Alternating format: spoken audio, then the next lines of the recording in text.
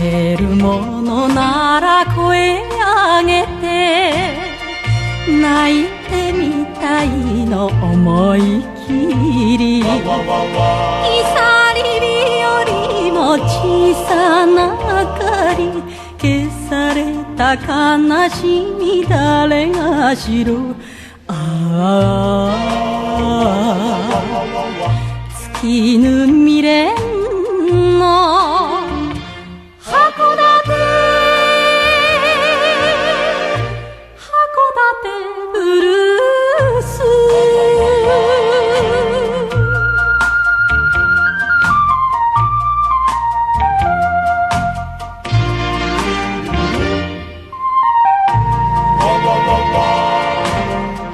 赤く咲いても葉ナスの花を見つめる人もない、取り残された磯船だけが女の心を知っている。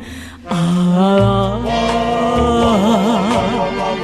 風が身にしむ函館、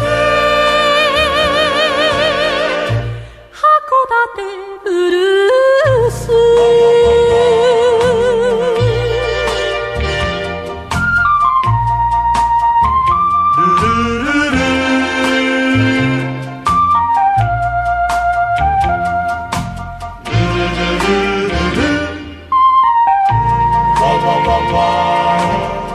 霧が重たいこんな夜は、鐘も泣いてるトラピスト、定めといえばなおさら辛い悲しみ多い恋でした。